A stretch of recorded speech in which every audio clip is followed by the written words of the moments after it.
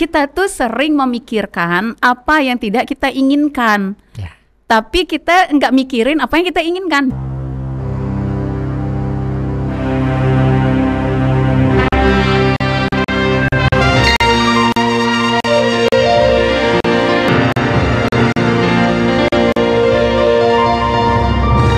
Mau tanya awak, disiko tampeknya. Assalamualaikum warahmatullahi wabarakatuh. Hurun sanak sadonyo basu balik kita di acara kesayang kita di Tampek Mota TVRI Sumatera Barat. Mau tanya orang awak, disiko tampeknya. Masih bahasa Mambo Desbis Gari selama 1 jam ke depan akan menemani waktu istirahat siang dan sanak sadonyo. Sambil makan, sambil istirahat siang, kita tonton Tampek Mota karena kita kedatangan seorang bintang tamu inspiratif dari ranah Minang dan Iko adalah seorang motivator business woman juga. Nah, kita perkenalkan saja Uni Fitricia Sulaiman. Assalamualaikum Uni. Waalaikumsalam warahmatullahi wabarakatuh, Desbi. Oke, Uni Riri panggilannya. Batua. Ya. Uni Ririku adalah seorang motivator dan business woman itu ya, business woman. Iya. Businessman boleh aja. Boleh aja. Uni, nah Uni Iko jauh-jauh ternyata dari Pekanbaru. Iya, dari Pekanbaru. Tapi dulu di Siko sebenarnya, cuman kini lah tinggal di Pekanbaru, Desbi. Pekanbaru. Iya. Nyo kan kecil orang kan awak nyo boleh keluar dari ranah Minang, tapi Minangnya nggak keluar dari awak. Pasti. Berarti Uni kebetulan sedang di Padang juga ya? Sedang ada sedikit pekerjaan di Padang, jadi alhamdulillah bisa langsung jalan-jalan ke TVRI kan. Oh mantap. Kok kebanyakan waiting list kolamu untuk nunggu Uni. Masya Allah. Iya kok yang K1355 ya. Panggilan tak terjawab. Oke Uni. Iya. Uni seorang motivator bisnis, betul? Iya. Motivator bisnis. Boleh diceritakan nih motivator bisnisku kayak apa sih dunianya sih ya? Ya gitu ya. Lah mulai yo. Alah. Oke, jadi mungkin Iko pakai bahasa Minang, pakai bahasa Indonesia kok ya, ini. di mau Uni senyaman Uni pokoknya. Bahasa Oke. Inggris pun boleh. Wak caca pula. Oke, jadi awalnya sih sebenarnya nggak pernah kayak menamakan diri atau membranding diri sebenarnya kayak jadi aku motivator, nggak pernah seperti itu. Awalnya pun juga nggak kepikiran akan motivator gitu, nggak. Cuman memang berangkat dari kayak pengalaman pribadi, terus misalnya hal-hal yang dijalani, hal-hal yang didapatkan dalam hidup. Akhirnya kan terus juga ada alhamdulillah sedikit Allah kasih kemampuan berbicara. Terus kenapa enggak pengalaman yang kita rasakan, terus sedikit ilmu yang kita punya gitu kan, di-sharing untuk menyemangati orang-orang di sekeliling, di-sharing untuk siapa tahu bisa menjadi inspirasi gitu kan.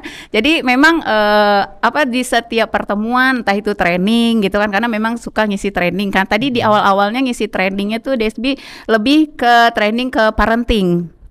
Parenting sebenarnya karena namanya kan perempuan sudah berkeluarga, punya anak, pasti belajar tentang parenting gitu kan. Akhirnya bicara tentang parenting, memotivasi ibu-ibu. Kenapa sih ibu-ibu tuh kalau isinya gini, kalau perempuan itu ketika udah punya anak, udah punya suami gitu, tempat terbaiknya ya di rumah. Nah, betul. Kan gitu ya. Tempat terbaik di rumah, tanggung jawab terbesarnya ya suami dan anak kan gitu. Akhirnya itu sharing tentang parenting dan itu arahnya kan pasti kan ke motivasi. Jadi kayak yang walaupun di rumah bunda-bunda, teman-teman itu semuanya nggak kayak harus tidak berdaya, harus di rumah aja terus cuman kayak yang ngasuh anak, melayani suami, enggak, tapi kita bisa berdaya dari rumah gitu. Kita juga bisa punya bisnis dari rumah, kita juga bisa menghasilkan, kita bisa upgrade diri kita kayak gitu kan. Nah dari situ ngomong-ngomong kayak gitu, jadi kan mungkin banyak orang terinspirasi, termotivasi. Nah akhirnya gitu ya udah orang bilang motivator. Iya kayak gitu. Berarti itu orang yang melabeli ya. Iya, jadi kayak personal branding itu terbentuk dari kemana sebenarnya concern kita kan, kayak gitu. Mungkin orang lihat di media sosial, terus di aktivitas sehari-hari, concern kita memang ke inspirasi, memotivasi. Akhirnya terbentuklah personal branding motivator tersebut, gitu Desbi. Siap. Berarti yang Uni motivasi tentang parenting tadi itu berawal dari sosial media atau gimana? Iya, lebih di sosial media. Terus habis itu karena orang lihat di sosial media, terus juga karena waktu itu buka bisnis sekolah gitu kan, bisnis sekolah. Terus akhirnya sering diundang untuk ngisi training-training atau seminar untuk parenting gitu. Nah jadi kan kayak dua dunia sih sebenarnya Desbi, maksudnya dunia sekolah itu kan dunia parenting gitu kan. Nah tapi kan sekolah itu kan bisnis gitu. Jadi akhirnya ya sudah gitu, terus jadi motivator di bidang bisnis gitu. Tapi concernnya lebih ke kayak perempuan sama anak muda sih. Iya betul gitu. Siap. Kok cukup menarik ya. Ternyata dari seketik Uni Sabu itu kok banyak pertanyaan keluar ke kepala aku. Loncek ya. Yang mau tanya duluan ya. Oke, parenting. Parenting itu kan katanya parent ya, orang tua. Bagaimana orang tua untuk mengasuh atau memperlakukan anaknya? Iya, betul. Oke. Itu basic uni apakah emang ada di dunia itu atau mengalir sendirinya? Iya, jadi itu lebih kepada karena satu karena kondisi sudah pasti kan ketika kita udah nikah udah punya anak, kondisinya kita parent dong, kita orang tua. Nah habis itu sering belajar ke arah situ, mempelajari ilmu parenting, ngikutin kayak seminar-seminar tentang parenting, baca buku-buku parenting, apa yang didapat ya udah dibagi lagi, dipraktekkan kayak gitu. Jadi lebih ke situ sih, Desbi. Tapi Desbi lebih suka dengan dunia parenting ini. Ya. Apalagi kita melihat fenomena-fenomenanya ya. Bagaimana dulu orang tua terhadap kita, kan zamannya tahun berapa gitu kan. Yeah. Kalau Desbi karena kelahiran 80-an, mungkin di dunia 80-90-an gitu jangan tanya kelahiran Niririn. Aman. Oke. Tembarau nih. Oke. Sebelum itu ada juga baby boomers ya, mungkin memperlakukan anak milenial. Mungkin sebelum itu zaman parang loh memperlakukan baby boomers gitu kan. Sampai kini kayak Desbi lah punya anak gitu kan, punya istri, punya anak. Bagaimana anak yang milenial kok memperlukan juga entah itu anak Gen Z atau Gen Alpha kini. Pastinya setiap zaman itu beda-beda ya. Nah, apa sih yang paling mendasar perbedaannya antara yang jale-jale slow boomers dengan milenial yang bawahnya? Itu pasti banyak perbedaan ya. Kalau boomers itu pasti pada saat itu boomers itu kayak level orang tua awak lah, kayak enak orang tua awak beda lu sih mungkin. Ya, jadi karena waktu itu kan belum tersentuh kayak dunia internet, digital segala macam, dan ilmunya emang benar-benar ilmu yang didapat dari turunan kan gitu, sehingga pola asuhnya juga seperti itu gitu kan. Nah, sementara kalau sekarang kayak Gen Z kan sudah jadi orang tua. Nah, Gen Z sendiri itu kan sudah masuk ke dunia digital, udah ke internet, udah semuanya dunia maya yang sangat luas, sehingga ilmu itu sangat banyak didapat. Jadi penerapan Gen Z ketika dia menerapkan ke anaknya itu harusnya udah nggak bisa sama lagi gimana dia dulu mendapat perlakuan dari orang tuanya. Nah, di dalam agama sendiri kan dikatakan didiklah anakmu sesuai dengan zamannya, gitu kan. Nah, didiklah anakmu sesuai dengan zamannya. Nah, maksudnya itu orang tua harusnya memang harus membuka diri, membuka wawasan bagaimana pola asuh terhadap anak. Nggak bisa kayak yang misalnya Desbi gini kan, ke anak nerapkan dulu awak waktu jorang kayak awak kalau mendapai sekolah tuh karena lacui sama lidi gitu kan. Ya kan sekarang nggak bisa lagi. Betul. Gitu kan. Jadi perubahan seperti itu gitu. Jadi perbedaannya itu memang orang tua Gen Z sekarang terhadap anaknya yang misalnya yang sudah alpha lah berarti kan, itu memang lebih kompleks, tapi juga saking kompleksnya itu juga harus selektif gitu karena terlalu banyak. Terlalu banyak info kan belum tentu juga semuanya benar atau bisa diterapkan. Iya, betul. Jadi tetap harus selektif dan harus cerdas kita memilah-milah mana yang benar-benar itu menjadi nilai-nilai atau target yang akan kita terapkan ke anak kita. Oh iya, gitu. Betul. Gitu dan sih. Apalagi tapi ada satu kasus misalnya, bukan kasus ya. Kita anggap aja kasus ya. Boleh. Iya. Oke, kita sebagai yang milenial punya anak yang Gen Alpha contohnya atau Gen Z yang punya anak Gen Alpha.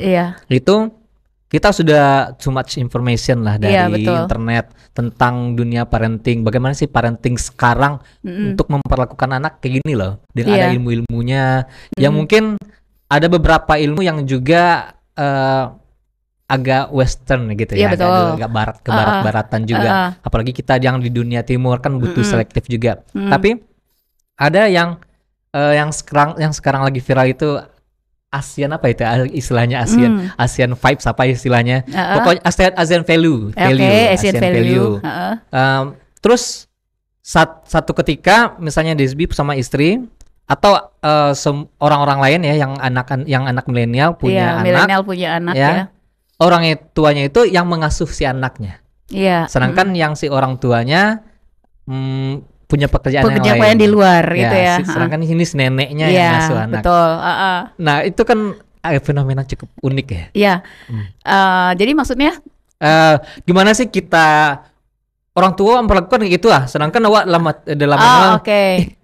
nih Mbak Amang ngecen kama itu sebenarnya memang satu hal resiko ketika misalnya millennials membentuk rumah tangga terus masih tinggal dengan orang tua. Ya. Itu emang kebanyakan kalau kayak di seminar itu paling banyak ditanyain gimana anak saya masih sama ini. Itu juga sebenarnya kan kalau kita balik lagi semuanya ke dasar itu kan agama ya, Desbi. Balik lagi ke agama misalnya kan sebenarnya ketika kita sudah menikah kan kita harusnya tinggal sendiri. Nah, maksudnya gitu sehingga apa nilai-nilai yang ingin kita tanamkan, kita bentuk anak-anak kita itu bisa benar-benar kita terapkan. Tapi kalau memang kondisinya seperti Desbi bilang tadi, oh gimana caranya? Yang tinggal sama orang tua. Iya, yang tinggal sama orang tua mau nggak mau. Sementara kita pengennya gini, orang tua memperlakukan gini. Itu memang agak tricky. Tricky itu maksudnya kan ya memang harus pinter-pinter ngomong sama orang tua. Tapi itu kita memang caranya sih nggak bisa sampaikan langsung. Tapi mungkin di saat lagi santai, lagi senggang gitu kan. Kita komunikasi, intinya sih komunikasi. Jadi kayak komunikasi tapi jangan contohkan langsung ke anak kita. Jadi lebih ke memberi contoh, gini loh Ma gitu. Jadi kemarin aku baca kayak gini-gini katanya harusnya kayak gini-gini Ma. Nah menurut aku juga kayak gitu sih ya, kayak gitu lebih ke seperti itu sih kayaknya. Beda tapi orang tua yang ikom. Ang dulu kan. Ang kayak gitu. Bajong kayaknya. Ya tuh paso kuasa kan.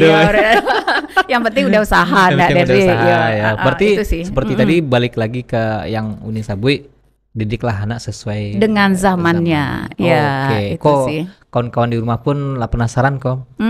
Kayak apa sih aktivitas Uni Riri kok di luaran ya. Kita lah punya VT-nya kok nih. Iya deh. Kita putarkan VT berikut ini. Oke, baik. Sadar kita membatasi pencapaian kita atau impian kita dengan pikiran kita. Padahal sebenarnya banyak hal yang bisa kita capai ketika kita yakin kita bisa mencapainya. Jadi jangan batasi pikiran kamu, impian kamu. Insya Allah semua akan bisa kamu raih.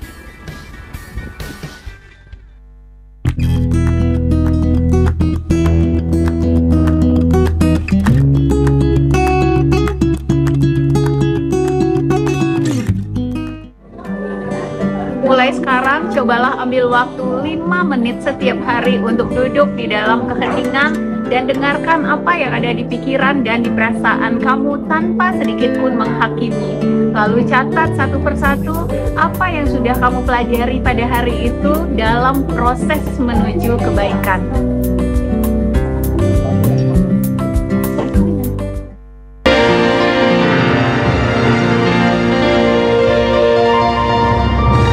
Mau tanya orang awak, disiko tampeknya. Oke, berarti Uni di situ di video kok ada buat konten itu di sosial media dan juga mengisi beberapa kegiatan untuk motivasi. Iya, kelas-kelas motivasi, training, seminar gitu-gitu. Berhubungan dengan yang tadi itu concern untuk parenting, ibu-ibu sama anak muda. Anak muda. Iya. Oke, siap. Tadi Deswi dapat ada satu poin yang pas awal-awal pembicaraan tadi, bagaimana seorang ibu di rumah ya salah satunya tadi parentingnya, tapi juga bisa buka usaha dari rumah, dan itu juga yang memacu Uni untuk memberikan sharing pengalaman-pengalaman yang ternyata menjadi inspirasi bagi orang lain. Iya, alhamdulillah. Jadi batu nih awak kalau perspektif orang laki-laki kan beda lah nih. Kalau perspektif dari Padusi, Mbak sih seharusnya seorang wanita di rumah bisa yo ternyata untuk buka usaha di tengah kesibukannya. Bentuknya nggak sibuk ya, Iya. tapi mencuci macam itu kan iya, ambil waktu banyak seharian. juga.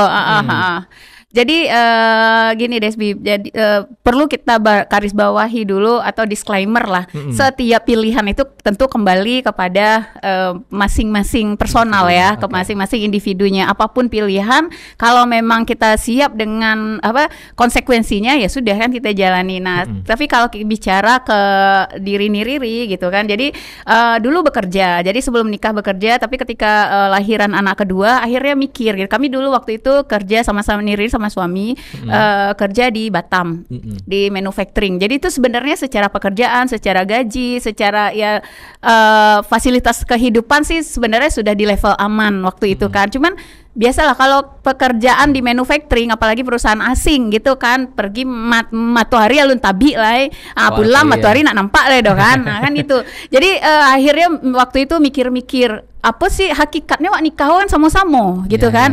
Oh enggak bisa kalau kayak gitu taruh-taruh do. Akhirnya memutuskan oke, aku resign gitu kan. Akhirnya ya udah tidak kerja. Dan alhamdulillah waktu itu kami memutuskan langsung resign dua-duanya. Oh, malah resign kedua-duanya. Iya.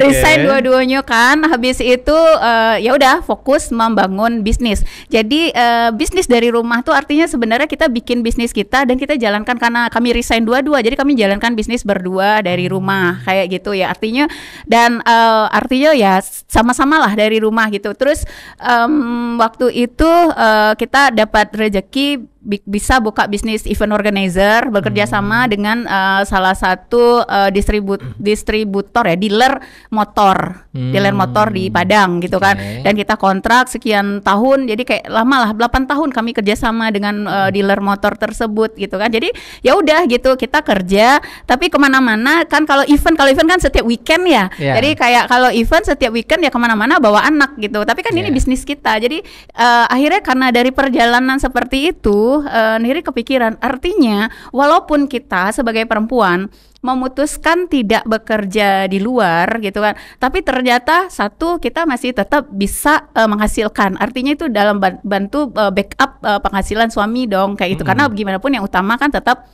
suami.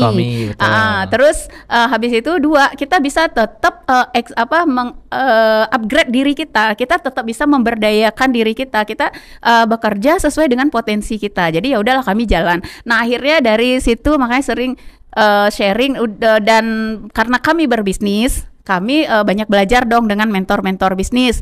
Nah, salah satu mentor bisnis kami yang memang benar yang sampai sekarang masih jadi mentor dan mudah-mudahan selamanya jadi mentor itu dengan Mas Ipo Santosa. Ipo Santosa. Ya. Tahu. Nah, karena beliau motivator gitu kan. Jadi akhirnya kan juga kita kayak oh, ternyata gitu begini caranya kita dengan apa yang menjadi pengalaman kita, dengan apa yang kita alami, yang kita sudah rasakan, kita juga bisa menginspirasi dan memotivasi orang. Nah, karena Mas Ipo inspirasi dan motivasinya di bidang bisnis gitu kan, ya akhirnya dan kita juga berbisnis, ya akhirnya kita bicaranya juga tentang bisnis gitu.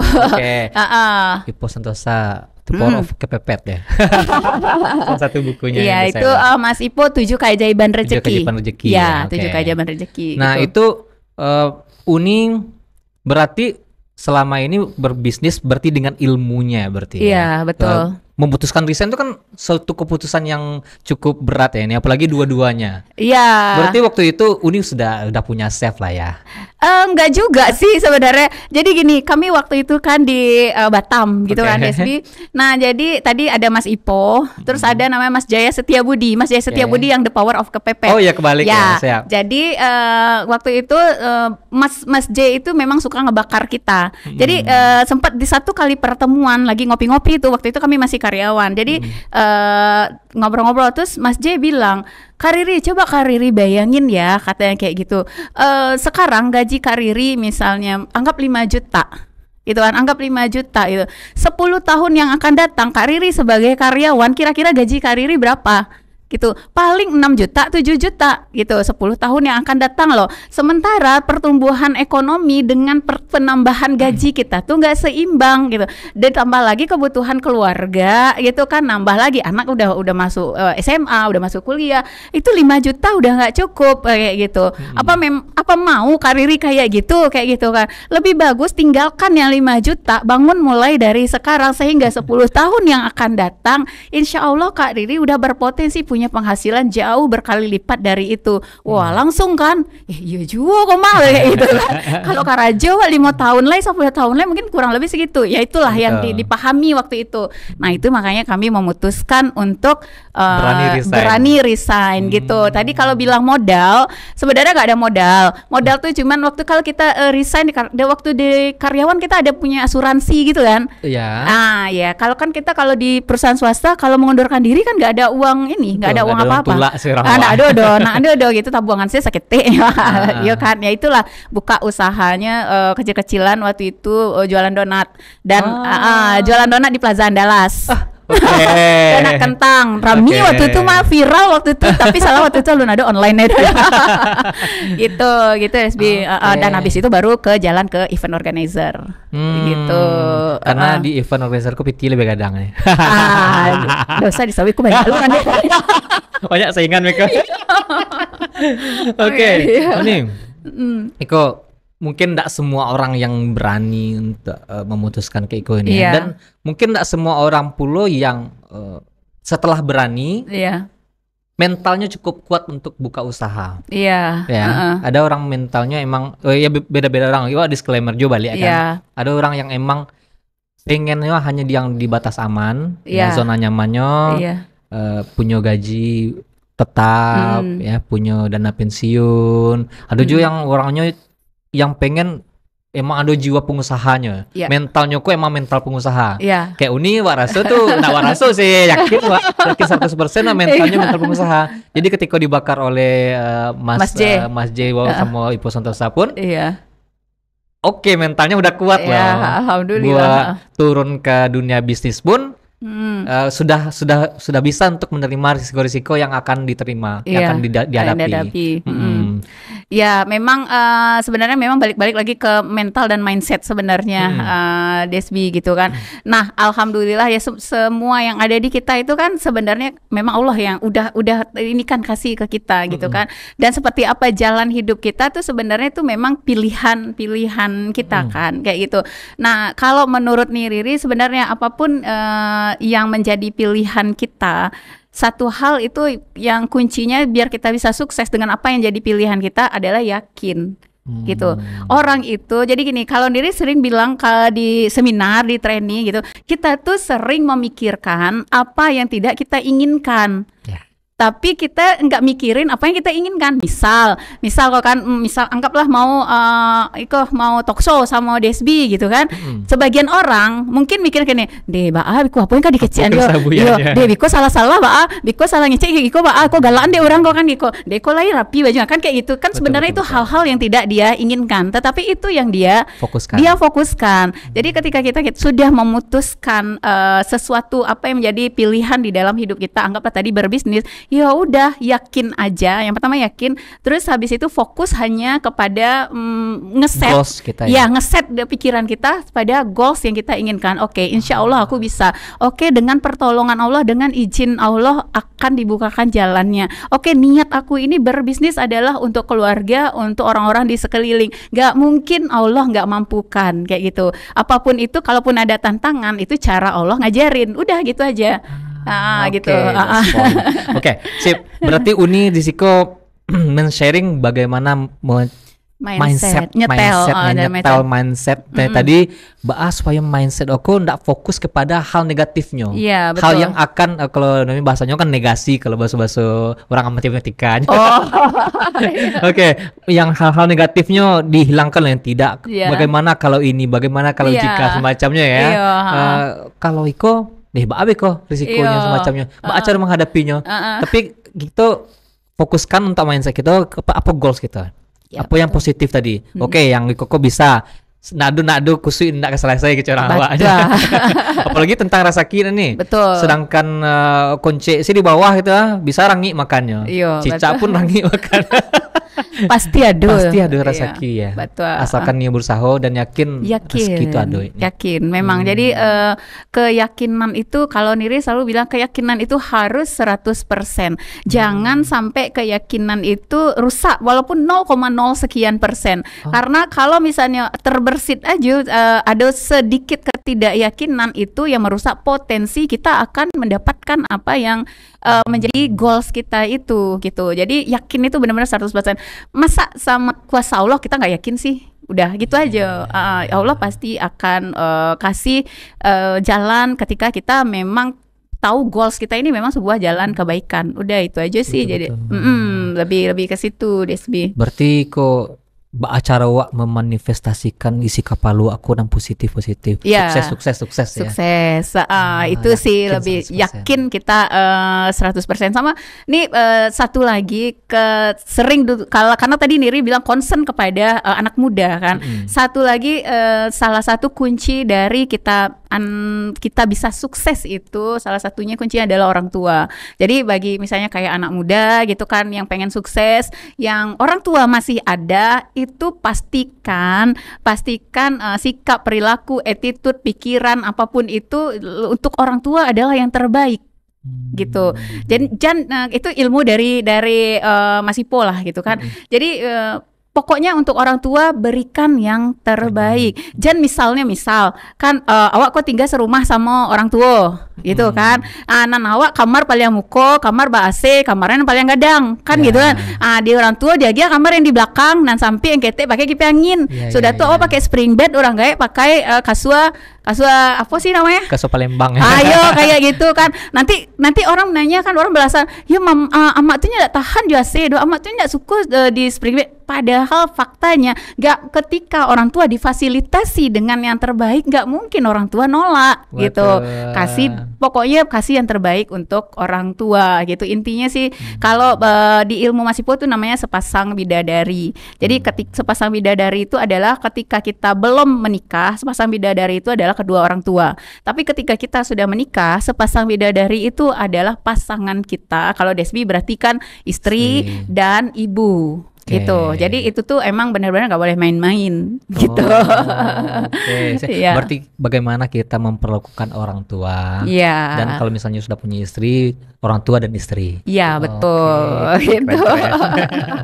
Oke, Niko, masih banyak di kepala aku pertanyaan-pertanyaan yang muncul yang masih wak tahan kok.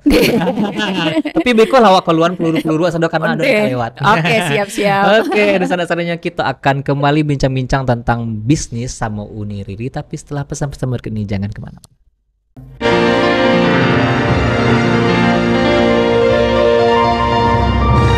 Mau tanya orang awak, disiko tampeknya.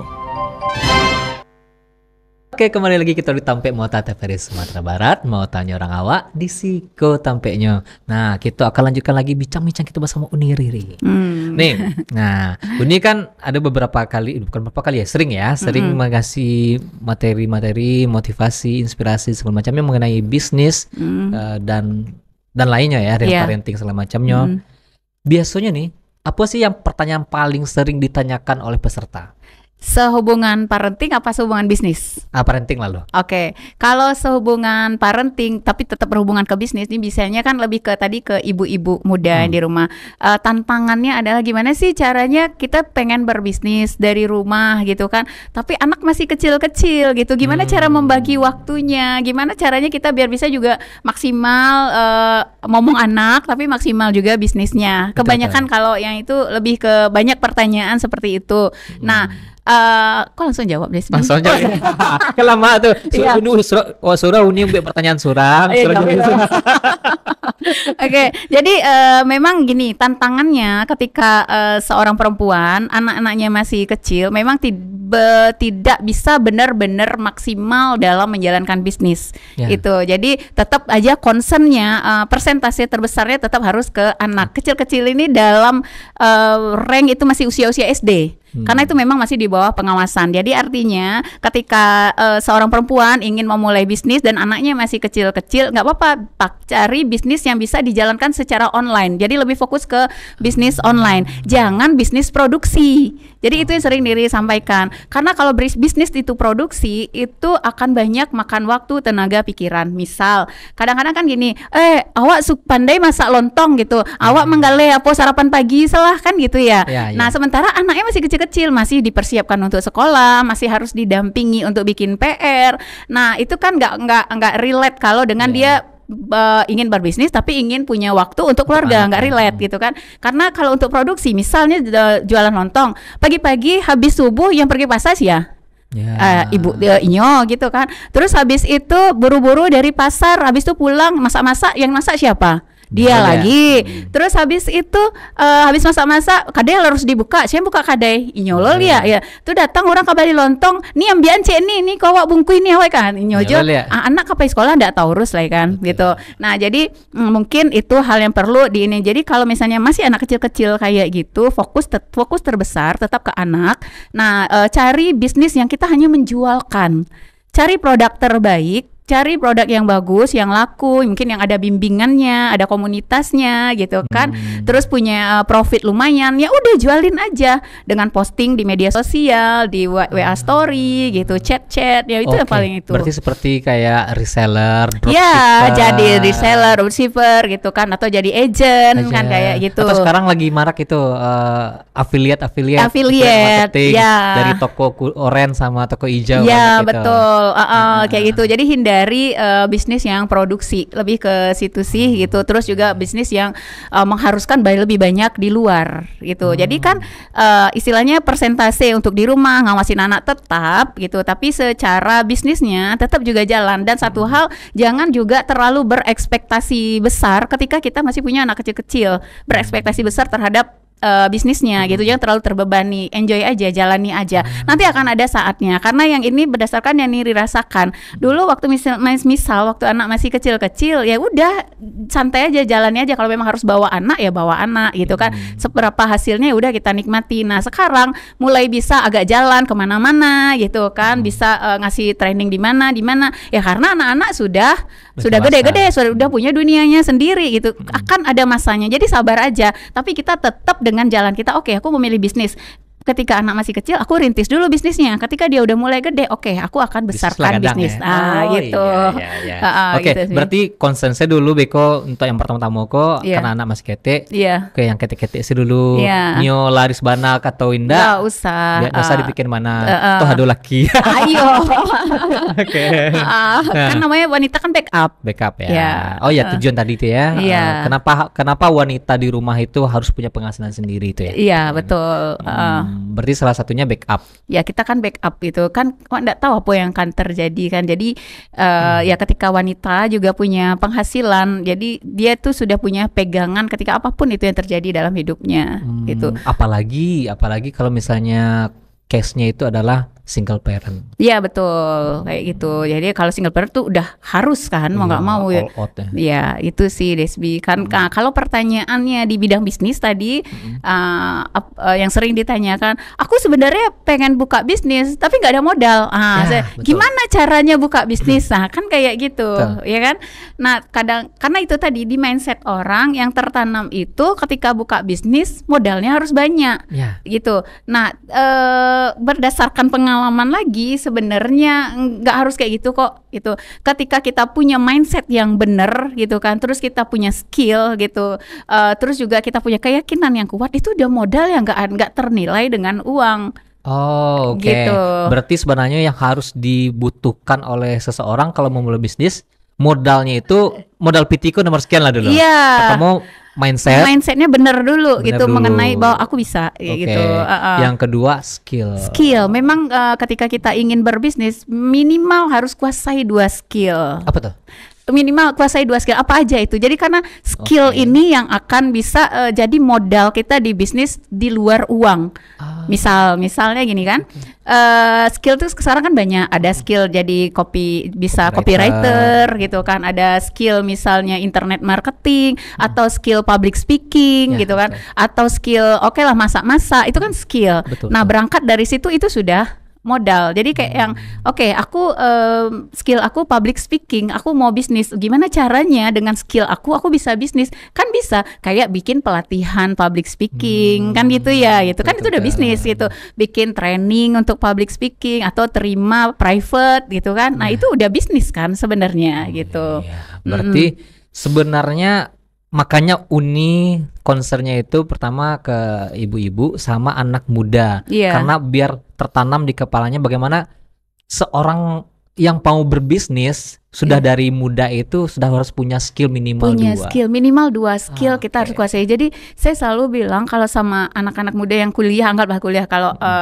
sekarang kan kalau kalian hanya fokus sama apa yang diajarkan di perkuliahan tanpa memperkaya diri dengan skill gitu, percaya deh begitu nanti tamat kuliah gitu, itu kebingungan karena hanya fokus cari kerja sesuai dengan latar belakang keilmuan gitu kan. Sementara ketika kalian punya sambil kuliah tapi juga nyicil ini mempelajari skill minimal tadi saya bilang 2 skill, begitu kalian selesai kuliah nggak dapat kerjanya, kalian sudah bisa mempekerjakan, dalam arti mempekerjakan diri sendiri dengan skill yang kalian punya, dan itu ngarahnya ke bisnis gitu. Kayak gitu. Ya, Desbi juga sering dengar ya, kalau misalnya kuliah ya, itu jangan terlalu fokus. Fokus boleh ya, fokus maksudnya jangan 100% itu mencari hanya ilmu benar-benar aja. hanya benar-benar berharap dari ilmu di kuliah gitu. Tamai kuliah kerjanya sesuai dengan keilmuannya. Bidang, Kuliah tapi ada dibarengi dengan skill menguasai lain, skill. setidaknya public speaking tadi. Iya. Ya, ketika kita punya ilmu, kita bisa menyampaikan, itu sudah sebuah hal yang sebuah yang bisa menghasilkan untuk diri sendiri kan. Betul. Kayak Oke. gitu. Itu kepada kawan-kawan di rumah, jangan kuliah-kuliah saya. Kuliah bagus ya, bagus, tapi bagus. dibarengi dengan Iya, skill-skill tadi. sayang waktu terbuang, misalnya masa kuliah anggaplah 4 tahun gitu kan, kita hanya benar-benar fokus kepada ilmu perkuliahannya gitu. Sementara dunia di luar sana gitu menuntut lebih banyak orang-orang yang punya skill kayak gitu. Jadi kita harus persiapkan diri kita juga gitu. Dan tidak aneh sekarang kalau misalnya di bank ada yang kuliahnya jurusannya kebidana, pertanian, karena yang dibutuhkan oleh sebuah perusahaan nggak perlu lagi latar belakang kuliahnya, tapi skill apa yang dia miliki. yang dia kuasai gitu, lebih ke betul. situ. Jadi kalau mentor saya bilang kuasai 1 skill berarti bertambah 1 penghasilan. Jadi kalau kuasai 2 skill berarti punya 2 penghasilan gitu. Jadi kalau punya 10 skill ada 10 penghasilan. Nah, kayak 10 gitu. yang bisa kita maksimalkan. Potensi. Nggak bisa maksimal Ziko, ternyata dunianya terlalu keras misalnya. Masih ada yang lain. Iya, lebih ke skill itu sih. Kok kece orang awaknya kok ilmu ilmu kayu ubi paranci kok. Apa tuh? Ya, kamar tercampak tumbuhan. Iya.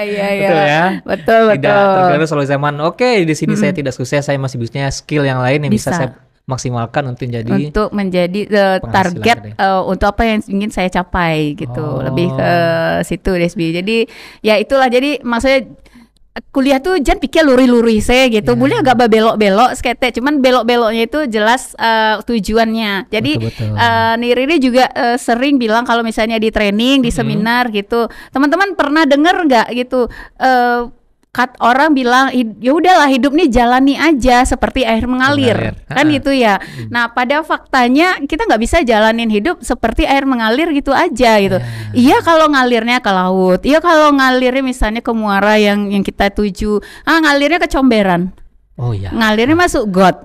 Kan gitu kan. Artinya itu berarti salah aliran kehidupan kita gitu kan. Jadi prinsipnya hidup boleh seperti air mengalir, tapi pastikan kita tahu aliran air kemana. Kita ini akan kita tujukan kemana, dan di dalam prosesnya kita yang bertugas untuk membuat misalnya milestone atau step-step untuk bisa sampai ke tujuan tersebut gitu. Oke, berarti kita harus punya sebuah master plan juga nih ya. Betul. Kita punya rancangan hidup kita sendiri. Mau dibawa kemana nih hidup kita? Iya, yang penting goalsnya udah jelas. Goalsnya jelas. Terserah lah jalannya. Kalau pepatah Lamonnya tidak satu jalan ke Roma gitu ya. Berarti lang Romo di Iya, Cina. ketahuan mau kan? Ya, berarti yang penting tujuannya dulu nih. Tujuannya Roma. Terserah mau lewat Arab kayak mau lewat Afrika ya. Gitu. Lewat Italia boleh ya? Langsung tiba di Roma. Oke. Itu. Nah, itu nih. Nah, awak pengen adu motivasi dari Uni untuk karena penonton-penonton kita kok kita khususkan ke anak-anak milenial sama Gen Z ya, anak-anak muda. Mbak Asih seorang anak muda untuk memulai bisnis. Itu temanya lah. Agak kuat sekali. Agak pas uli Uni. Boleh pikir stelo. Ya, jadi intinya tadi manfaatkan masa muda itu semaksimal mungkin dengan memiliki goals gitu. Jadi ketika kita hidup kita punya goals yang jelas, maka apa yang kita jalani itu akan bisa kita tempuh dengan jalan yang maksimal sehingga sukses yang kita inginkan bisa tercapai lebih baik gitu. Dan satu hal, ketika kita sudah punya goals, yakini bahwa goals tersebut pasti yakin akan bisa kita capai dengan menyandarkan keyakinan itu sama Allah. Karena apa? Semuanya Allah akan bisa berikan pada kita sesuai dengan apa yang kita yakini gitu. Oh, Masya Allah. Yang penting apapun usaha kita, apapun pekerjaan kita, apapun kegiatan kita, jangan hilangkan Allah di situ. Betul. Selalu kita berada membawa Allah dalam setiap kegiatan. Dalam setiap kegiatan, dalam setiap niat, dalam setiap keyakinan kita. Masya itu Allah. Desbi. Terima kasih Uni Riri sampai Mota. Dia terlalu banyak pertanyaan yang alun kaluar lego. Bisa enggak part 2? Sepat 10 lagi bisa wah gue. Oke, semoga makin sukses, semoga tetap menginspirasi dan memotivasi banyak orang ya. Amin, amin. Terima kasih Desbi, terima kasih teman-teman yang sudah menyimak hari ini. Gitu mudah-mudahan bermanfaat ya obrolan kita siang hari ini. Siap. Terima kasih Nusana Asanajo ala nonton podcast sampai Motaku dari awal sampai akhir tadi. Semoga banyak inspirasi dan motivasi yang bisa kita petik dan kita terapkan dalam kehidupan kita. Ambo Desbi Sugari dan kru yang bertugas mau undur diri. Assalamualaikum warahmatullahi wabarakatuh. Waalaikumsalam warahmatullahi wabarakatuh.